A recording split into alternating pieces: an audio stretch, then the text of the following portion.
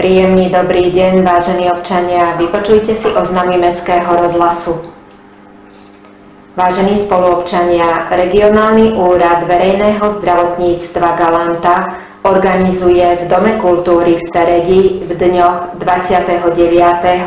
a 30. septembra 2016 v čase od 8. do 12. hodiny mobilnú poradňu zdravia, kde vám ponúkajú vyšetrenie hladiny cholesterolu a cukru v krvi, meranie tlaku a výpočet BMI.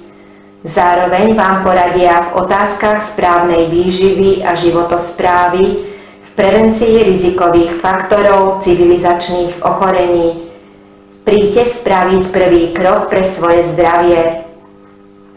Regionálna veterinárna a potravinová správa Galanta upozorňuje chovateľov koňovitých zvierat na povinnosť registrácie chovu, ako aj registrácie koňovitých zvierat v tomto chove do Centrálnej evidencie hospodárskych zvierat.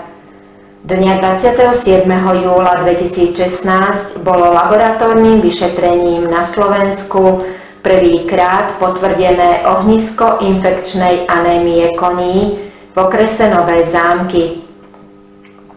Najväčším rizikom infekčnej anémie koní sú neregistrované kone z neregistrovaných chovov s neznámym štatútom zdravia. Preto upozorňujeme všetkých chovateľov koní, že neregistrovaným chovateľom koní je možné uložiť pokutu.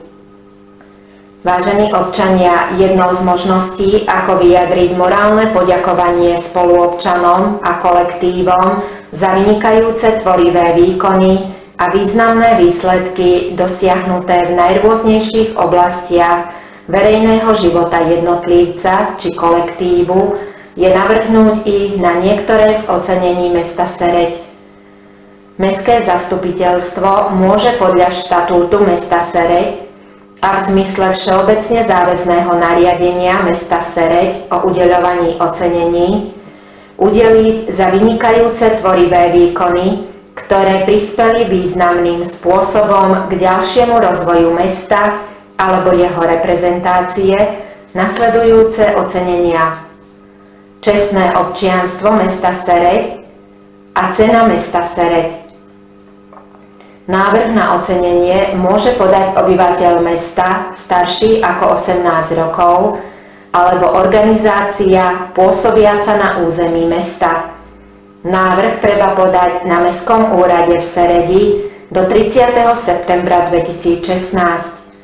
Podrobnosti, ako aj vzory návrhov, získate na internetovej stránke sereď.sk, na pulte prvého kontaktu alebo na organizačnom oddelení Mestského úradu číslo dverí 7. Kino Nova v Seredi vás, milí spoluobčania, pozýva dnes 28. septembra na sledovanie drámy s názvom Chronik. Začiatok predstavenia je o 19:30.